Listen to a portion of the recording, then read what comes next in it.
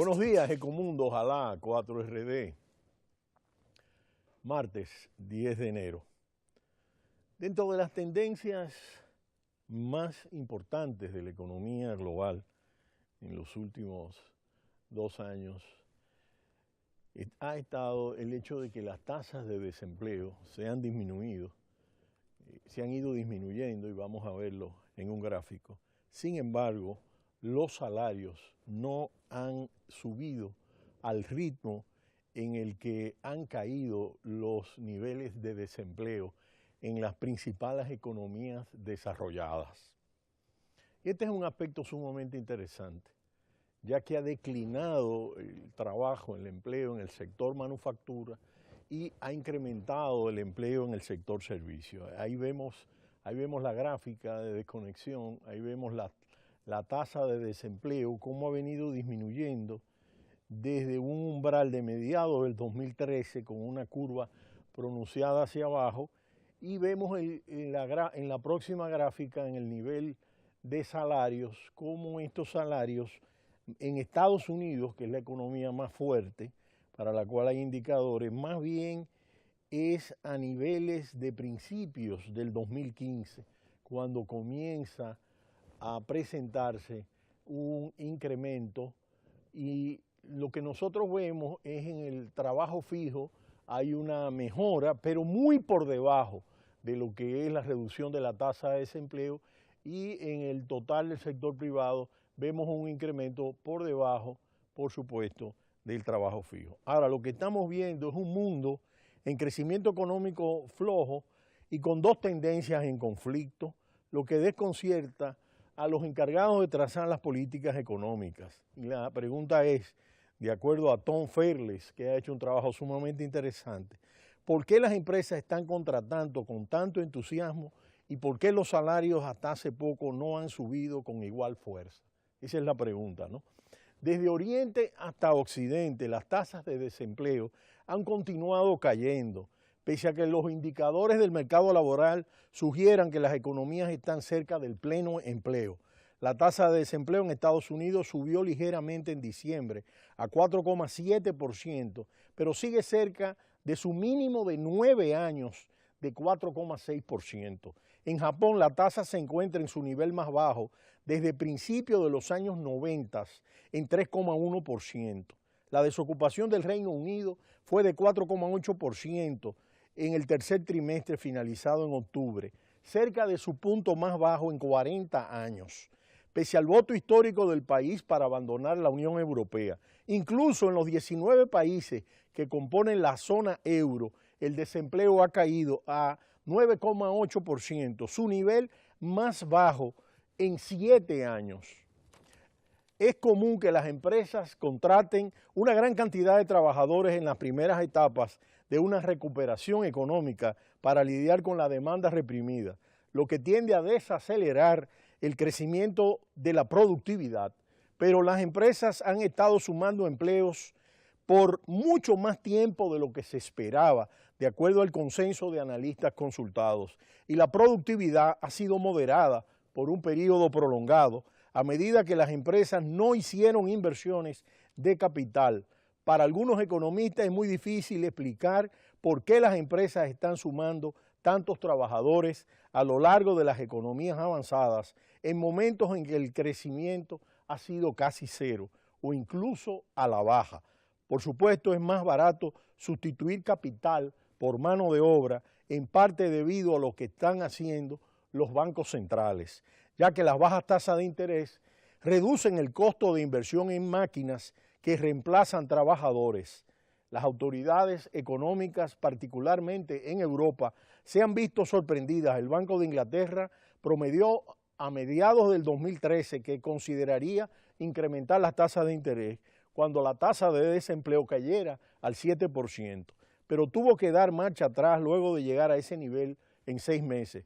El Banco Central Europeo reconoció que la recuperación mayor a la esperada en el empleo en relación al crecimiento económico de los últimos años le tomó por sorpresa.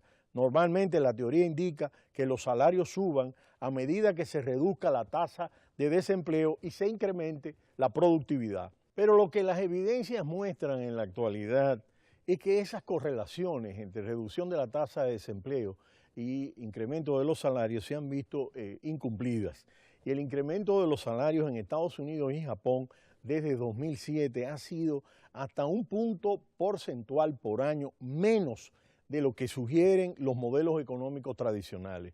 El crecimiento de los salarios parece haber cobrado fuerza recientemente en Estados Unidos. Los ingresos promedios por hora se han incrementado 2,9% en diciembre frente al mismo diciembre del 2015, más que el promedio de 2% que prevaleció durante buena parte de la expansión.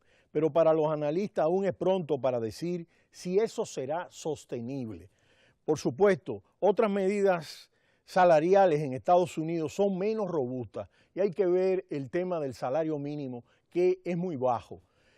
En muchos sectores de la economía, los salarios en 22 economías avanzadas se han incrementado en promedio 3,8% al año entre 1995 y 2007. Sin embargo, estas se han incrementado en menos de un 2% al año entre 2008 y 2016, de acuerdo a Oxford Economics. Es decir, que hay una distancia importante de 1,8% en ambos periodos. La relación inversa que señalan algunos enfoques teóricos parece haber dejado de funcionar en muchas economías. Los analistas han sugerido una serie de posibles explicaciones. Los tipos de empleos creados desde la crisis 2008-2009 no son los mismos que se perdieron antes de ellas, mientras que la mayor parte de los trabajos perdidos fueron en el sector de construcción y manufacturas, y esto es muy importante, los que se han agregado posterior a la crisis 2008-2009 están en el sector servicios, de acuerdo a datos de la OCDE. En la zona euro, casi todos los 3,2 millones de empleos creados desde la recuperación fueron trabajos del sector servicios, principalmente en comercio, transporte y negocio, según el Banco Central Europeo.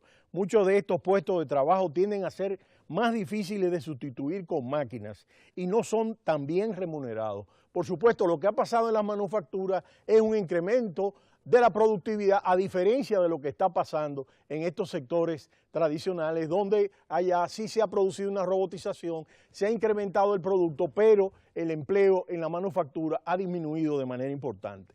En segundo lugar, el poder de negociación de los trabajadores se ha visto erosionado por la recesión económica y la incertidumbre generalizada, la reforma de los mercados laborales y la intensificación de la competencia global por parte de China y otros países. Los trabajadores en los nuevos empleos del sector servicios pueden que no estén organizados en sindicatos, lo que reduce la presión para que se suban los salarios. Los empleados también están cambiando de empleo con menos frecuencia, lo cual se asocia con un menor crecimiento de los salarios. En tercer lugar, algunas empresas tal vez no lograron reducir los costos laborales tanto como hubieran querido después de la crisis 2008-2009 y por tanto extendieron el ajuste. Funcionarios del Banco Central Europeo hicieron alusión a tal control reprimido de los salarios en su reciente reunión de octubre, de acuerdo al texto del acta de la misma.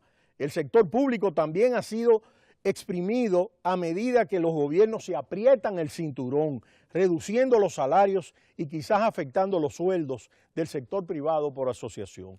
En cuarto lugar, la composición cambiante del mercado laboral podría haber apuntalado artificialmente los salarios tras la recesión para posteriormente restringirlos, ya que los trabajadores con bajos sueldos fueron despedidos en una mayor proporción a otros y las empresas desaceleraron la contratación de empleados que usualmente ganan menos. Los salarios promedios se mantuvieron en su nivel.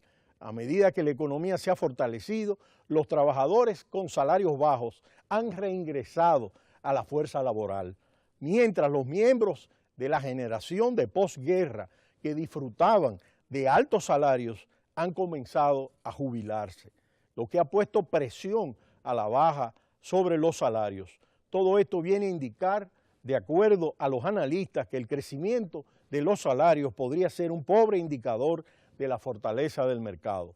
Una mejor medida, de acuerdo a algunos investigadores, es que el pago continuo a los trabajadores de jornada completa, y esto es muy importante, que hemos analizado en Ecomundo, ignorando a aquellos que entran y dejan la fuerza laboral. Ese indicador que es seguido por la Reserva Federal de Atlanta, sugiere que el crecimiento de los salarios ha sido de cerca de un punto porcentual más alto por año desde 2004, de lo que indican los ingresos promedios por hora. Algunos estiman que los salarios suban con mayor fuerza a medida que los mercados laborales se ajusten y se disipen los problemas surgidos después de la gran recesión 2008-2009. El reporte más reciente de los salarios en Estados Unidos así lo comprueba. Pero con el crecimiento de la productividad débil, un auge de los salarios en esta etapa no parece cercano.